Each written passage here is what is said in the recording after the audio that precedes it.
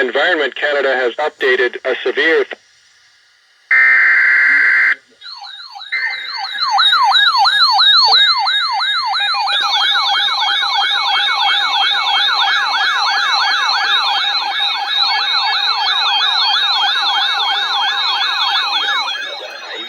de conditions météorologiques importantes pour les régions dans la zone de diffusion. Restez à l'écoute pour plus d'informations.